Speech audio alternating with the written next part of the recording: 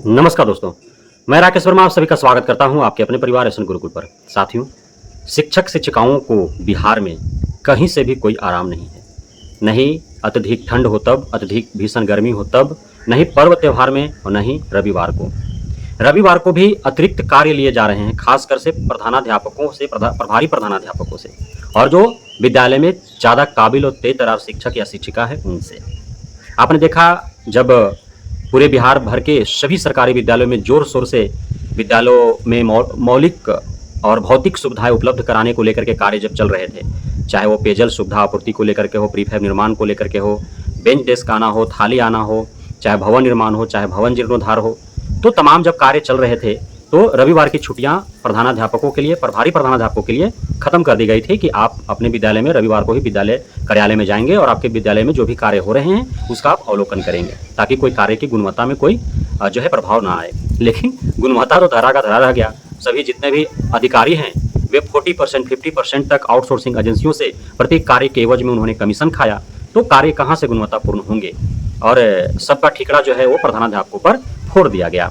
तब प्रधानाध्यापक भी बेचारे शिकायत नहीं कर रहे हैं, क्योंकि उन्हीं को अवलोकन करना था, उन्हीं को देखरेख करना था, तो उन्हीं पर जो है सारे थोप दिए जाएंगे।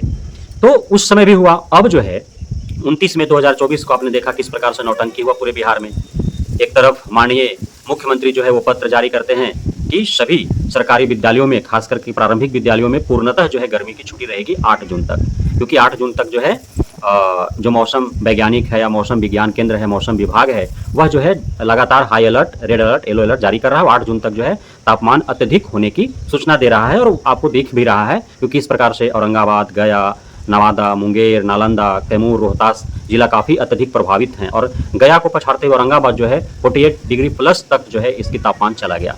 और एक दिन में जो है 4-4, 5-5 दर्जन जो है औरंगाबाद में लू के कारण मर रहे हैं। और पूरे बिहार भर में सैकड़ों लोग रोजाना जो है भीषण गर्मी के कारण मर रहे हैं, और सभी मर रहे हैं। पुलिस कांस्टेबल हो, दरोगा हो, चाहे वो आम जन हो, चाहे वो शिक्षक शिक्षिका हो, छात्र छात्राएं हों, हर बिरादरी, हर तबके के लोग जो है उनको मृत्यु हो रही है लू लगने के कारण, भीषण गर्मी के कारण। क्योंकि ये जो प्रकृति है वो किसी को पहचानता नहीं है, कौन युवा है, कौन बुजुर्ग है, कौन बच्चा है, कौन किस बिरादरी से, कौन किसी जाति धर्म से है, कुछ नहीं। कौन कौन सा कार्य कर रहा है किसी को नहीं पहचानता। जब इसका कुप्रभाव पड़ेंगे तो सभी पर पड़ेंगे, तो पड़ रहे हैं। वहीं दूसरी तरफ आपने देखा एसएसके के पाठक जो है मुख्यमंत्री के उस पत्र को पलट करके बोल दिया कि नहीं, शिक्षक शिक्षिकाओं को बहुत काम है, वो कैसे विद्यालय नहीं आएंगे, और उन्होंने काम थमा दिया। बहुत सारे काम थमा दिए।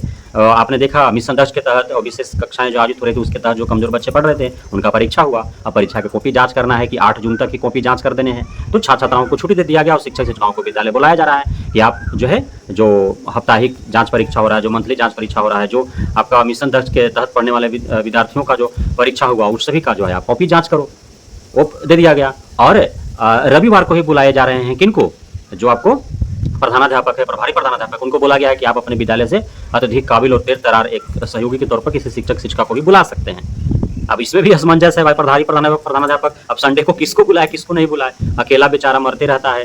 अब कोई नैतिकता के आधार पर प्रधानाध्यापक महोदय को साथ देने के लिए आ जाए तो हमदर्द बन जाए उनका, तो अच्छी बात है, नहीं तो किसको बोलेंगे कि भाई आप आ जाओ, आप मत आओ, वो भी एक लड़ाई का घर हो जाएगा।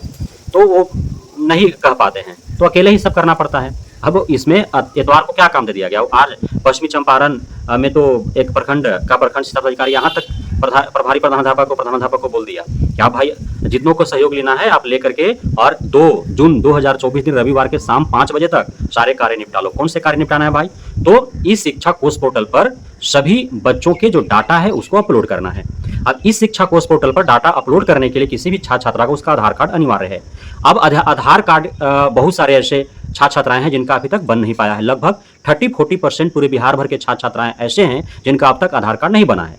हालांकि इसकी जिम्मेदारी शिक्षा विभाग ने प्रधानाध्यापक, प्रभारी प्रधानाध्यापक को दिया है, और उसने छात्र छात्राओं के माध्यम से या फिर अभिभावकों से संपर्क करके अभिभावकों को उन्होंने दिया। अभिभावक इसके प्रति उन्होंने जो है कोई ध्यान नहीं दिया, और अब प्रधानाध्यापक, प्रभारी प्रधानाध्यापक को इसका भुगतना पड़ रहा है। अब ऊपर से अधिकारियों का निर्देश आ रहा है कि भाई आपके बच्चे यदि विद्यालय में है जिनका आधार कार्ड नहीं बना है तो आप फलाने जो है आप सीएससी सेंटर पर जाएं और वहां पे जो है आधार कार्ड उनका बनवाएं। यदि त्रुटि है तो उनका आधार कार्ड सुधरवाएं, वो आपकी जिम्मेदारी है। क्योंकि अभिभावक जागरूक नहीं है, वो शिक्षित नहीं है, उन्हें पता नहीं है, वो काम छोड़ करके नहीं जा सकने में यदि सक्षम है, तो आप अपने बच्चों को लेकर के विद्यालय का और जाएं वहां पे और आधार कार्ड उनका बनवाओ। अब आधार कार्ड कौन बनाएगा, प्रधानाध्यापक प्रभारी प्रधानाध्यापक बनवाएगा, आधार कार्ड बन जाएगा। उसके बाद जो है आधार कार्ड से के आधार पर जो है सारे डाटा जो है वो इस शिक्षा कोष पोर्टल पर अपलोड होंगे। यदि आधार कार्ड जिन बच्चों का नहीं है और जिनका इस शिक्षा कोष पोर्टल पर अपडेट नहीं होता है उनका डाटा, तो फिर उनको न तो पुस्तक मिल पाएगा, न ही उनको पोशाक मिल पाएगा, न ही उनको एफएलएन किट्स मिल पाएगा और न ही अन्य कोई लाभ वो ले पाएंगे।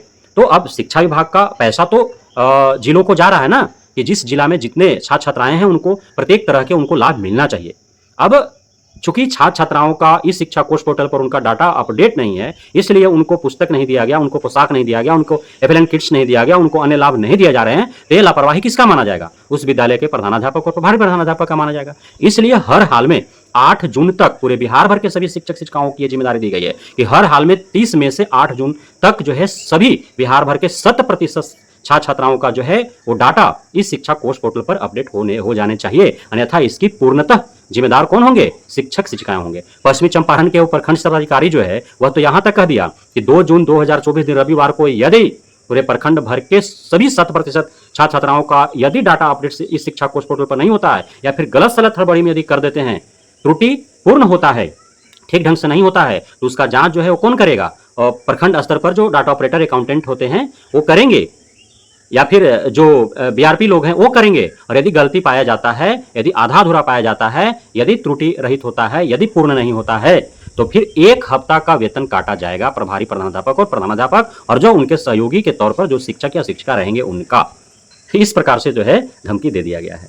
तो बिहार के शिक्षक शिक्षिका है भाई, अब कोई दोस्त यार इनका फोन करेगा, दूसरे जगह से भी तो लोग आकर के शिक्षक बने हैं ना, कहा भैया आज तो रविवार है, मस्ती कर रहे होगे। बोलेगा नहीं भैया, हम शिक्षक हैं, वो भी बिहार का, हमरे लिए ना पर्व त्योहार है, न गर्मी ठंडा है, न कोई एतवार है, हम एकदम बंध चुके हैं, काम से हमको बांध दिया गया है। अब खाली गले में जो है फट्टा डालना बाकी है, ताकि हम जो है वो आला अधिकारियों और बिहार सरकार और शिक्षा मंत्री के पीछे पीछे जो है हम एक कुत्ते के भांति भों भों करते हुए चले और जैसे लतियाए, जैसे धुकियाए, जैसे बतियाए, वैसे हम उनका अक्षरशः पालन करते रहें। हमको इस प्रकार से बंधुआ मजदूर पूरा गुलाम बना दिया गया है। हम बिहार के शिक्षक हैं, तो अब गर्व करे कि शर्म करे भाई, यह तो उन्हीं को करना है। अब भला क्या ही किया जा सकता है, अब नौकरी छोड़ भी नहीं सकते हैं, छोड़ेंगे तो घर वाले जो है लतियाएंगे धुकियाएंगे, और नहीं छोड़ेंगे तो आपका विभाग अधिकारी पदाधिकारी लतिया धुकिया रहे हैं। तो दोनों तरफ से बेचारे सहमे हुए कार्य कर रहे हैं सभी, करे तो क्या करे। बहुत बहुत मुबारक आप सभी को, आपका बिहार में शिक्षक बनना और शिक्षक से ऊपर बढ़ करके किसी विद्यालय का प्रबंधक बनना और प्रभारी प्रधानाध्यापक या प्रधानाध्यापक बनकर गौरवान्वित होना और इस प्रकार से रविवार के दिन भी कार्य करना और आपकी महत्वपूर्ण भूमिका जीवन का जो आपका बेशकीमती बहुमूल्य जो समय है वह जो है बिहार के भविष्य गढ़ने में कंट्रीब्यूट करने के लिए हम आपको धन्यवाद देते हैं। तो हमारे साथ जुड़े रहने के लिए, बन रहने के लिए, हम इतना आशीर्वाद देने के लिए आपको तहे दिल से शुक्रिया।